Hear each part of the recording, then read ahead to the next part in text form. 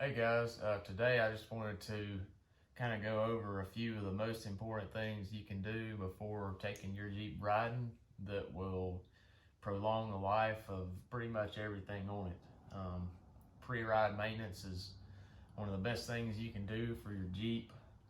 And there's several steps, very easy steps and relatively cheap steps that you can do to make sure that everything stays working properly throughout the ride, so when you get back and wash up, you're ready to go next time. So I guess we'll jump right in here. The first thing is checking your fluids. So first things first, start with, I guess, the obvious. Every time you go anywhere, really, checking your fluids isn't a bad idea. Now obviously if you hop in and go down the road, get something to eat, whatever, don't necessarily have to do it, but it's a good idea to check your fluids if you're going on a decent drive. Like most of the places we wheel around here are 45 minutes, an hour away. So it's a good idea to go through them, especially on an older vehicle like this. This one's a 2004. So first things first, I got old dipstick over here on the passenger side of the block. Really just checking levels on this. I did an oil change recently, so not expecting any sort of trash in oil or anything, but obviously most of you have probably checked your oil before, but you can, I don't know if you can see that, it's in the safe zone, so we are good. And it's got a nice light brown to it, so it's good to go there for engine oil. Other fluids under the hood, come over here. Washer fluids, obviously not a big deal. Right here on the power steering pump, you've got your power steering fluid. It's always a good idea to crack that open. I have had a buddy that blew a power steering pump on the trail, and that was not fun getting it out. So it's just another dipstick level on here. Pretty self-explanatory here. Just make sure it's got some in there and it looks clean. If it looks all foggy and stuff, you may want to drain it and check and see if anything's going on. Right here's your brake fluid. Just check the level on that, make sure you don't need to add any. And lastly, your engine coolant reservoir is right here for the radiator, and there should be a fill line down here. So just check and make sure you've got the right amount of coolant in there and that it's not a weird color. Mine's pink, which is pretty standard. So that's pretty much it for under the hood. It's also never a bad idea to check both axle differentials and make sure there's an appropriate fluid level in there. I will say on this Jeep with the Dana 35 rear end, your factory diff cover did not have a fill hole, so it was very hard to check the level, actually impossible. I mean, you can't do it. There's no other way to get in there other than taking the drain plug out, in which case everything would come out. But if you're like me and have an aftermarket diff cover like this G2 here, all you would do is pull the fill hole out, the plug to the fill hole. And this axle cover, when I installed it, said to fill diff fluid until about a ½ inch below the fill hole. Also, you can quantify how much comes out when you drain your original differential with the stock cover on it, and just put that amount back in. And I also think you can look up online how much fluid goes in these axles. I believe, if I'm not mistaken, that this one, the rear Dana 35, is 1.75. I can't remember now. 1.75 quarts, and maybe the front is 1.25. So if you buy 3 quarts or so, you should be fine. Another good thing to do while you're under the hood, before you move to the greasing, is, especially if you ride in dusty areas, muddy areas, is to take a look at your air filter and make sure that it's clean in here and that you're not sucking in any trash and grit. So these are pretty easy to do. First thing I do is loosen this hose clamp right here.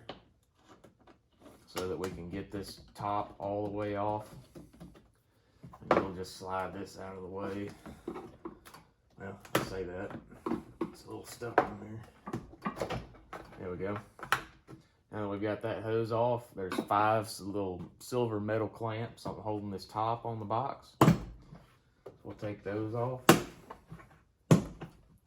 With those off, we should be able to get this top out. So now that you're in the air box, just visually inspect the filter. I'd pull it out and look at both sides, see how it's performing. I have a K&N in here, which is pre-oiled and it's supposed to give you a little bit, it's a smidge of extra power. I don't really notice any difference, but it can't hurt, right? You just want to make sure everything looks clean in here.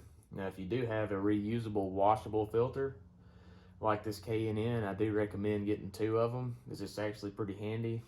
This one doesn't need to be changed yet, but if it did, you just wash this down, and while it's drying out, you throw the other one back in here, and you just flip-flop them. So it's a pretty easy way to make sure your filter's all dried out without having to have the Jeep sit for a while for that filter to dry out if you're trying to do this before a ride. So that's what I do. You don't have to have 2. Obviously, these are like $60 or $70 per filter, which is pretty steep for an air filter. But that's pretty much it. This one looks good, like I said, so we're just going to throw it back in here. Make sure it seats all the way. This is about the easiest vehicle ever to change an air filter on. Slide this top back on. And it'll sit down on there. You'll feel it kind of clamp in. And then we'll connect this main air hose intake right here. Tighten our screw back.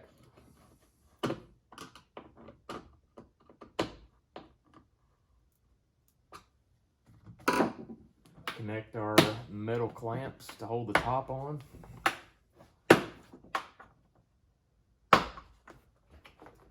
This one in the corner is always the worst. And we're good to go. Okay, the last thing I usually do is greasing. Very important, especially if you're in Alabama and there's a lot of red clay mud. It's gonna get grit and everything. You're gonna start having squeaks, rubbing problems, everything. So last thing I do is start with the front end. I don't know if you can see what brand this is. It doesn't really matter. This is a Lucas manual pump grease gun that I just got from, I believe, Home Depot several years ago. Works fine for doing up under the Jeep. It is nice to have this flexible rubber hose attachment. I wouldn't really want to do it with the metal one that's just straight, because you do have to reach up around some parts and things. But yeah, any type of grease gun will work. This is a Lucas. I use the Lucas, I believe it's called Red and Tacky grease. Any sort of automotive grease should be fine for this. We're just lubing general things like ball joints, tie rod ends. I've got a grease zert on my drive shaft. The sway bar end links have grease zerts. So yeah, we'll get to greasing. As I mentioned a minute ago, here are a few grease spots. Now, some of these will be standard to all TJs, and then some I'm sure are lift specific. Like these disconnects here for my sway bar, they have a grease zert on them, but I'm not sure if, you know, every brand's gonna have that. Probably not. Some of the higher end ones probably have one, but it's not a bad idea to grease these just to keep them working properly. There's one up here, and then there should also be one on the back side. Yeah, there it is. So that'll handle your sway bar end links. Usually start with those because they're just right in front here, easy to get to. Then I'll move to your ball joint. Now the upper ball joint and the lower ball joint should have a grease zert on them, and definitely want to keep these full of grease. Now if you get in here doing these and you can already tell that it's got grease in here and good to go and doesn't look strange, Sometimes you can skip these. I like to hit them once anyway, even if they look kind of full, but you don't want to overextend the amount of grease that can fit in here. But it's a good idea to give them a look over, and obviously this one's pretty easy to get to as well. See, your tie rod end should have one right here on the bottom. This boot's actually blown out. I'm still waiting to get my Curry steering put on. I just have barely any time right now, so that's on me. So this boot is busted. I know you can't see that very well. And then lower ball joints down there. I know you're not gonna be able to see that.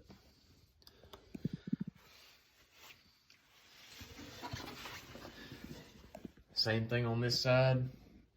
Tie rod end, that one looks nice. That's what it's supposed to look like. My drag link connector up here to the pitman arm. I don't know if you can see that. There it is. That one's busted too, and that's what it should not look like. That's pretty much out of grease. Now, to be fair, whenever I fill this one with grease, it just seeps right back out because the boot's busted. But you'll also want to hit that point as well, and that should cover your steering pretty much. Obviously, ball joints on this side. Okay, this portion of the greasing is where some lifts may differ if you don't have aftermarket control arms. I really can't remember if the factory ones have a grease cert on them. I would guess not. But here's my upper control arm. We're under the Jeep now, laying here right under the block. And so there's a grease cert here. And another one on the other end that you probably can't see. Yeah, it's on the top there. And the same thing for the lower. You got a grease cert up here and another one down here. Now, this is where it's tricky if you don't have that rubber hose on your grease gun. You have to do some manipulation of your arms and everything to be able to get in there to get to those. But it's the same thing on both sides for that, so I always hit my control arms second. Alright guys, the back of the Jeep is not up on blocks or anything, so I'm not gonna force y'all to watch me try to crawl under here to get to the drive shaft. But my aftermarket drive shaft, which is a Pro Comp, and most should be the same, has a grease cert on it. And so you definitely want to make sure that's nice and full and happy, and then do your upper and lower rear control arms just like you did the front. They'll have 2 on each arm. Go through and hit those, and that should take care of your greasing.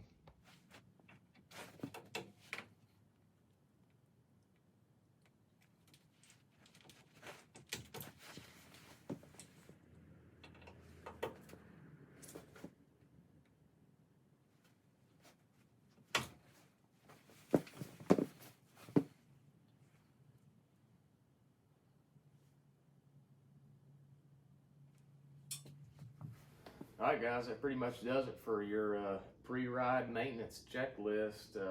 Pretty much fluids, greasing, and air filter are your main 3 that I would look at.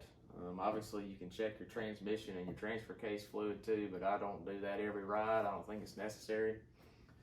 You will want to change those out every now and then. I've got another video on changing the transmission fluid. I need to get one out on the transfer case, but yeah, that's pretty much it. If you do little things like this, may not seem like much, but if you do them before every ride or before every long trip on these older vehicles, I really think it'll help out and prolong the amount of life you'll get out of them. This one's got just over 160,000 miles, and she's running good. I mean, I haven't had any issues. So yeah, if you got any questions or you do anything else before you go ride, feel free to drop a comment below, ask, or let me know if I missed anything. And y'all have a good one. Thanks.